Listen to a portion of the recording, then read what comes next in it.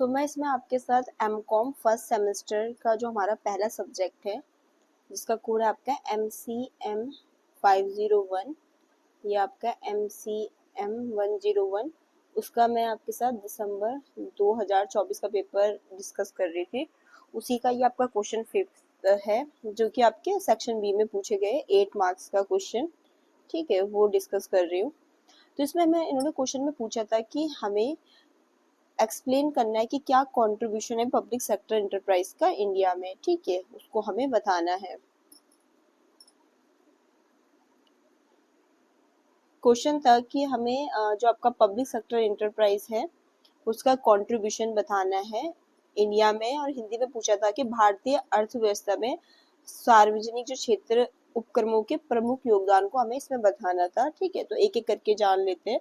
हम public sector enterprise को in short PSES करके भी लिख सकते हैं, ठीक है। तो देखो, जो आपके पब्लिक सेक्टर एंटरप्राइज होते हैं बहुत ही इंपॉर्टेंट रोल प्ले करते हैं किसी भी इकोनॉमिक और सोशल डेवलपमेंट के लिए। उन्होंने इंडिया के बहुत ही इंपॉर्टेंट रोल प्ले किया है इंडिपेंडेंस से, अगर आज़ादी के टाइम से देखें तो बहुत इंपॉर्टेंट रोल प्ले किया है हमारी इकोनॉमी की ग्रोथ एंड डेवलपमेंट में। तो पॉइंट वाइज जान लेते हैं कि किस तरीके से उन्होंने कंट्रीब्यूट किया है। तो फर्स्ट देखो, इन्होंने आपका इंडस्ट्रियल ग्रोथ में इनका कंट्रीब्यूशन रहा है, किसका, आपका पब्लिक सेक्टर एंटरप्राइज का, ठीक है। जो आपके पब्लिक सेक्टर एंटरप्राइज थे, इन्होंने आपकी जो भी आपकी बेसिक हो गई और आपकी जो हैवी इंडस्ट्रीज होती है उनको स्टेब्लिश किया, ठीक है, बेसिक और आपकी हैवी इंडस्ट्रीज को, ठीक है, जिसमें क्या क्या आ जाती है आपकी, जैसे स्टील की अगर बोले हम, ठीक है, कोयला हो गया, आपकी पेट्रोलियम, ठीक है, इस तरीके की जो इंडस्ट्री है इनको स्टेब्लिश किया, जो बहुत ही जरूरी है ग्रोथ और डेवलपमेंट के लिए। तो एक तरीके से तो हम कह सकते हैं कि इनका इंडस्ट्रियलाइजेशन में बहुत बड़ा योगदान रहा है, जहाँ जो अगर हम प्राइवेट सेक्टर का देखें तो वो कम रहा है, ठीक है। अगर हम फाउंडेशन जो इन्होंने एक तरीके से बेस आपका ले डाउन किया, किसके लिए, आपके इंडस्ट्रियलाइजेशन के लिए। सेकंड जो इनका कंट्रीब्यूशन रहा है वो आपका रहा है इंफ्रास्ट्रक्चर डेवलपमेंट में। अब देखो, जो इंफ्रास्ट्रक्चर होता है किसी भी कंट्री के लिए क्या एक तरीके से उनकी मूलभूत आवश्यकताओं में आता है, एक तरीके से बैकबोन होती है किसी भी कंट्री के ग्रोथ और डेवलपमेंट के लिए, ठीक है। तो जो आपके पब्लिक सेक्टर एंटरप्राइज है उनका इसमें भी बहुत बड़ा योगदान रहा है, किसमें, आपका इंफ्रास्ट्रक्चर का डेवलपमेंट के लिए। जैसे आपका अगर पावर प्लांट्स के डेवलपमेंट में, ठीक है, ट्रांसपोर्ट, ये सब क्या हमारा इंफ्रास्ट्रक्चर ही तो है, ये कम्युनिकेशन,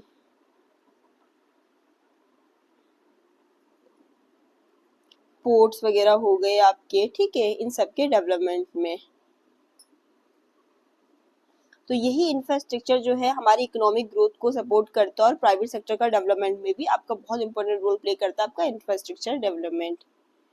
इसके अलावा जो पब्लिक सेक्टर एंटरप्राइज है उनका कंट्रीब्यूशन किस में रहा है, रोजगार के जनरेशन में, एम्प्लॉयमेंट जनरेशन। इन्होंने direct employment as well as indirect employment provide किया आपके मिलियंस ऑफ पीपल को, ठीक है। इसके अलावा एम्प्लॉयमेंट जनरेशन के लिए बहुत सारे स्किल डेवलपमेंट, टेक्निकल ट्रेनिंग वगैरह भी सब कुछ कर चलाते रहते हैं गवर्नमेंट के द्वारा, ठीक है। जैसे आपका स्किल डेवलपमेंट प्रोग्राम, ठीक है। इसके अलावा आपके टेक्निकल ट्रेनिंग, ये सब कुछ, ठीक है। रीजनल बैलेंस में भी इनका काफी योगदान रहा है। रीजनल बैलेंस से मतलब ये है कि हम जैसे अर्बन रूरल एरिया दोनों को में मतलब ग्रोथ में दोनों को साथ में लेकर चलना, ठीक है। अब देखो क्या होता है कि प्राइवेट सेक्टर तो मतलब इग्नोर करती है ना कि रीजनल रूरल एरियाज में मतलब इंडस्ट्री वगैरह सेटअप की जाए, क्योंकि कि वहाँ पर उनको रॉ मटेरियल लाने में दिक्कत होगी, इतनी सुविधाएं नहीं मिलेगी जो उनको चाहिए होती है अपनी इंडस्ट्री के लिए। तो उसमें कौन हेल्प करता है, आपके जो पब्लिक सेक्टर एंटरप्राइज होते हैं, ये अपने इंडस्ट्रीज वगैरह को कहाँ स्टेब्लिश करते हैं, इंडस्ट्रीज को स्टेब्लिश करते हैं कहाँ, अर्बन एरियाज में तो हो ही रही है।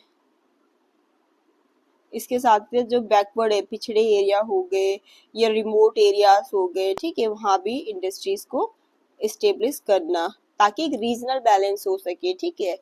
क्योंकि भी बैलेंस रीजनल डेवलपमेंट के लिए अर्बन एज वेल एज आपका जो रूरल एरिया है, शहरी और ग्रामीण विकास दोनों ही बहुत ही महत्वपूर्ण रहता है, ठीक है। इसके अलावा आपका इन्होंने किसमें कंट्रीब्यूशन किया है, आपका जीडीपी हो गया, gross domestic product and revenue में। जो इंडिया का जीडीपी है उसमें पब्लिक सेक्टर एंटरप्राइज का एक सिग्निफिकेंट कंट्रीब्यूशन रहता है, ठीक है, गवर्नमेंट की रेवेन्यू में, फॉरेन एक्सचेंज अर्निंग में, ठीक है, किससे, एक्सपोर्ट्स के थ्रू।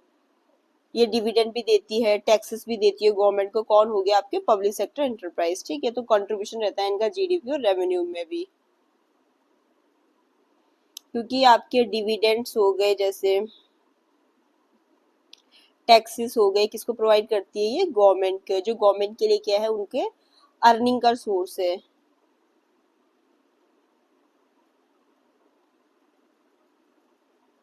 इसने कहीं ना कहीं मतलब पब्लिक सेक्टर एंटरप्राइज ने क्या किया, हमें सेल्फ रिलायंस बनाया और हमारी जो डिपेंडेंसी थी फॉरेन कंट्रीज पे उसको कम किया है। जैसे defence equipment, petroleum, heavy machinery के लिए जो डिपेंडेंट रहते थे हम बाहर के देशों में, उसको उन्होंने कम किया और हमें सेल्फ रिलायंस बनाया है। इसके साथ साथ जो आपके स्मॉल इंडस्ट्रीज है उनको भी सपोर्ट प्रोवाइड करती है, स्मॉल मीडियम इंटरप्राइज को, ठीक है, उनको रॉ मटेरियल प्रोवाइड करती है, ठीक है, समय समय पे सब्सिडीज वगैरह देना, उनको टेक्निकल सपोर्ट प्रोवाइड करती है। तो स्मॉल इंडस्ट्रीज मीडियम इंडस्ट्री को भी हेल्प करती है।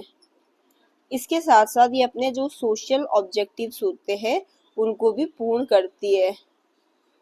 सोशल ऑब्जेक्टिव्स में जैसे क्या हो गया कि भाई अच्छी शिक्षा हो गया आपका, एजुकेशन, हेल्थ,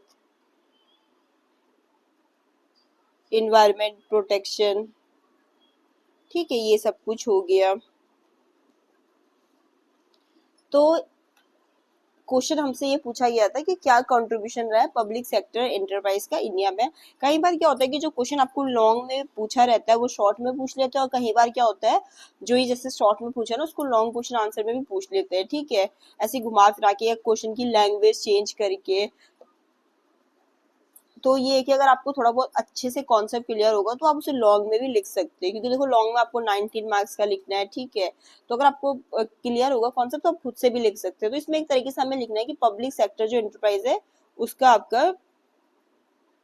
इंडिया में क्या कंट्रीब्यूशन रहा है, या हमारी अर्थव्यवस्था में, या हमारे ग्रोथ या डेवलपमेंट के लिए, ठीक है, किसी भी तरीके से दे सकता है। एक तरीके से आप कह सकते हो कि हम इम्पोर्टेंस ही है आपके पब्लिक सेक्टर एंटरप्राइज की, ठीक है। तो हमने जाना भी इंडस्ट्रियल ग्रोथ में हेल्प करती है, इंफ्रास्ट्रक्चर में, रोजगार के जनरेशन में, ठीक है, आपका रीजनल बैलेंस, ठीक है, मतलब जिसमें अर्बन रूरल एरिया सबको साथ में लेकर चलना, जीडीपी में कंट्रीब्यूट करती है, हमें इसने सेल्फ रिलायंस बनाया, स्मॉल इंडस्ट्री को हेल्प करती है और अपने सामाजिक उद्देश्य को भी पूर्ण करती है। तो ये आपके यहाँ पर कंट्रीब्यूशन देखा हमने किसका, आपका पब्लिक सेक्टर एंटरप्राइज का।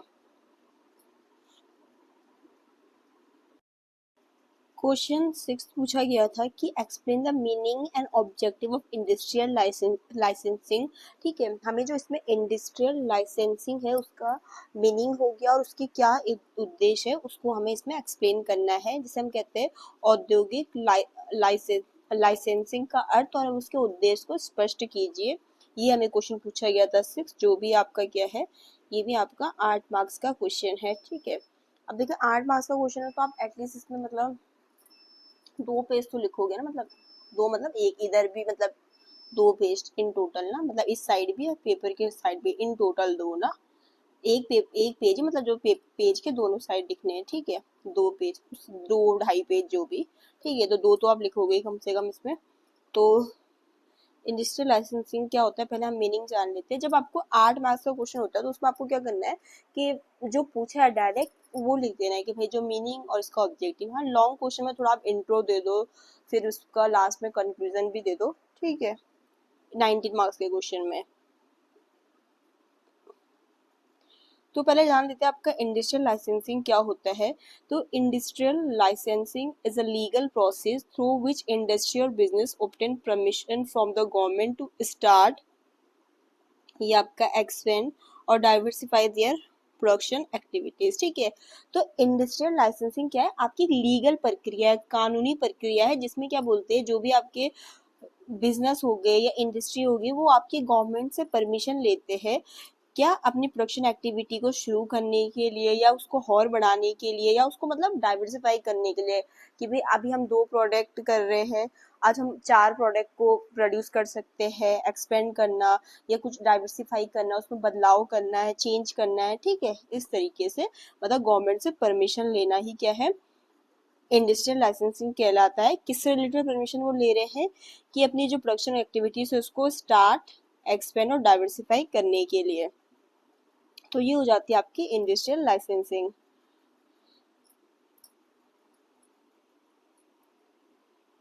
ये आपका जो आपका इंट्रोड्यूस हुआ था इंडिया में,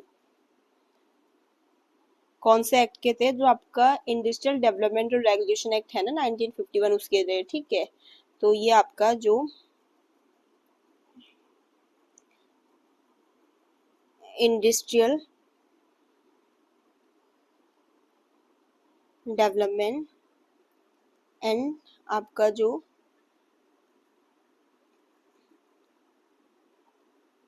रेगुलेशन एक्ट 1951 है, उसमें क्या बोलते हैं आपका ये इंट्रोड्यूस हुआ था, क्या आपका इंडस्ट्रियल लाइसेंसिंग। ठीक है, अब इसके ऑब्जेक्टिव जान लेते हैं कि जो इंडस्ट्रियल औद्योगिक लाइसेंसिंग है उसके क्या उद्देश्य होते हैं।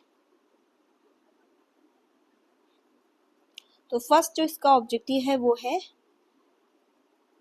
Plan economic development. ठीक है, पहला उद्देश्य इसका क्या है, प्लान इकोनॉमिक डेवलपमेंट। तो देखो इसमें यही था कि इस चीज़ को इंश्योर करना कि जो हमारी इंडस्ट्री है वो ग्रो हो, मतलब जो भी पहले जैसे 5 ईयर प्लान चलते थे ना, अब तो उसको नीति आयोग ने रिप्लेस कर दिया प्लानिंग कमीशन को। बट पहले क्या था कि 5 ईयर प्लान चलते थे, तो उसमें यही होता था कि जो प्लान इकोनॉमिक डेवलपमेंट हो, मीन की जो हमारी ग्रोथ हो रही है वो इंडस्ट्रीज वगैरह की 5 ईयर प्लान के अकॉर्डिंग, और जो नीड है इकोनॉमिक को उसको पूरा कर सके। दूसरा इसका जो उद्देश्य वो है बैलेंस रीजनल डेवलपमेंट। ये पॉइंट मैंने आपके साथ पहले भी डिस्कस किया था कि रूरल अर्बन एरिया दोनों के विकास पे ध्यान देना है, ऐसा नहीं कि आप जस्ट अर्बन एरिया के उसी में दे रहे हैं। ठीक है, ताकि अगर आप ऐसा नहीं करोगे तो जो अंतर है दोनों में, रीजनल इकोनॉमिक डिस्पैरिटीज है, जो अंतर है वो क्या होता जाएगा, बढ़ता जाएगा। इसीलिए बैलेंस रीजनल डेवलपमेंट पे फोकस करना ये भी इंडस्ट्रियल लाइसेंसिंग के उद्देश्य में आता है। Avoidance of monopoly and concentration of wealth. ठीक है, अब क्या होगा कि इसलिए भी आया था ताकि जो फ्यू इंडस्ट्रियल हाउसिंग जो है कंट्रोल कर रहे हैं मार्केट को, ऐसा ना हो कि कुछ मतलब ऐसा हो कि फ्यू मतलब कि कुछ इंडस्ट्रियल हाउस है वही जस्ट कंट्रोल कर रहे हैं मार्केट को, जिसे हम मोनोपोली कहते हैं ना, तो उस चीज को अवॉइड करने के लिए और फेयर कंपटीशन को बढ़ावा देने के लिए। फोर्थ आपका इसका उद्देश्य था कि जो हमारे रिसोर्सेज है उनको बहुत ही अच्छी तरीके से यूज करना। ठीक है, नेचुरल, ह्यूमन, फाइनेंशियल रिसोर्सेज को बिना वेस्टेज के। फिफ्थ इसका उद्देश्य था कि ग्रोथ ऑफ प्रायोरिटी सेक्टर। अब देखो बहुत सारे सेक्टर होते हैं आपके अलग अलग। ठीक है, तो कुछ सेक्टर ऐसे होते हैं कि भाई जिनकी ग्रोथ पे पहले ध्यान देना चाहिए, तो इंडस्ट्रियल लाइसेंसिंग इसीलिए आया था कि जो हम ग्रो कर सके वो मतलब इस तरीके से कर सके, जो प्रायोरिटी सेक्टर है उनके ग्रोथ पे भी फोकस कर सके। जैसे हमारे प्रायोरिटी सेक्टर इस तरीके से कि उस समय स्टील का हो गया, ठीक है, डिफेंस का हो गया, हैवी मशीनरी। ठीक है, तो ताकि ग्रोथ हो सके इन प्रायोरिटी सेक्टर का। Protection of small scale industries. ठीक है, इसमें यही कि लाइसेंसिंग के थ्रू हम क्या करेंगे कि कंट्रोल करेंगे जो आपका लार्ज इंडस्ट्रीज होता है उनका एक्सपेंशन कुछ सेक्टर में, ताकि इसको हम स्मॉल स्केल इंडस्ट्री के लिए रख सके। ठीक है, क्योंकि भाई अगर वो भी वहाँ इन्वॉल्व हो जाएंगी जहाँ स्मॉल स्केल इंडस्ट्री, तो उससे क्या होगा, अनफेयर कॉम्पिटिशन होगा। 7 पॉइंट इसका था रेगुलेशन ऑफ फॉरेन इन्वेस्टमेंट। ठीक है, तो इसमें यही था कि जो हम फॉरेन कोलैबोरेट करते हैं, एक देश से दूसरे देश में टेक्नोलॉजी का आदान प्रदान हो रहा है नेशन के भले के लिए, उसको अच्छे से रेगुलेट वगैरह करना, ठीक है, कंट्रोल करना, मॉनिटर करना। फिर आपका 8 पॉइंट था कि प्रमोशन ऑफ एम्प्लॉयमेंट, कि ऐसी इंडस्ट्री पे भी फोकस करना जो आपकी लेबर इंटेंसिव इंडस्ट्रीज हो, ठीक है। कुछ हमारी होती है कैपिटल इंटेंसिव इंडस्ट्री और कुछ होती है लेबर इंटेंसिव इंडस्ट्रीज वगैरह, ठीक है। जैसे आपकी हैंडीक्राफ्ट से रिलेटेड इंडस्ट्री हो गया, ठीक है, इस तरीके से, या शुगर केन वगैरह की इंडस्ट्रीज हो गई जो, ठीक है।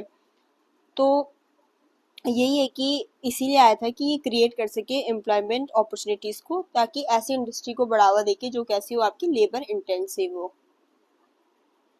तो ये है आपका इंडस्ट्रियल लाइसेंसिंग का मीनिंग और उद्देश्य, जहाँ पर हमने इंडस्ट्रियल लाइसेंसिंग के अर्थ में ये जाना कि गवर्नमेंट से परमिशन लेते हैं बिजनेस आपके हो गए या आपके इंडस्ट्रीज हो गई, अगर उन्हें अपना कोई नया प्रोडक्शन एक्टिविटी स्टार्ट करना है, या पुराने आगे वाले को ही आगे एक्सपेंड कर रहे हैं, या उसमें कुछ डाइवर्सिफाई करना चाहते हैं, ठीक है, तो उसको हम इंडस्ट्रियल लाइसेंसिंग कहते हैं। फिर हमने उद्देश्य जाना एक एक करके कि प्लान इकोनॉमिक डेवलपमेंट के लिए, बैलेंस रीजनल डेवलपमेंट के लिए, मोनोपोली वगैरह को अवॉइड करने के लिए, हमारे संसाधनों का अच्छे से यूज़ करने के लिए, जो हमारे प्रियोरिटी सेक्टर है उनके ग्रोथ पे फोकस करना, स्मॉल स्केल इंडस्ट्री के प्रोटेक्शन के लिए, रोजगार का उत्पादन के लिए, और कंट्रोल मॉनिटर करना आपकी फॉरेन इन्वेस्टमेंट को।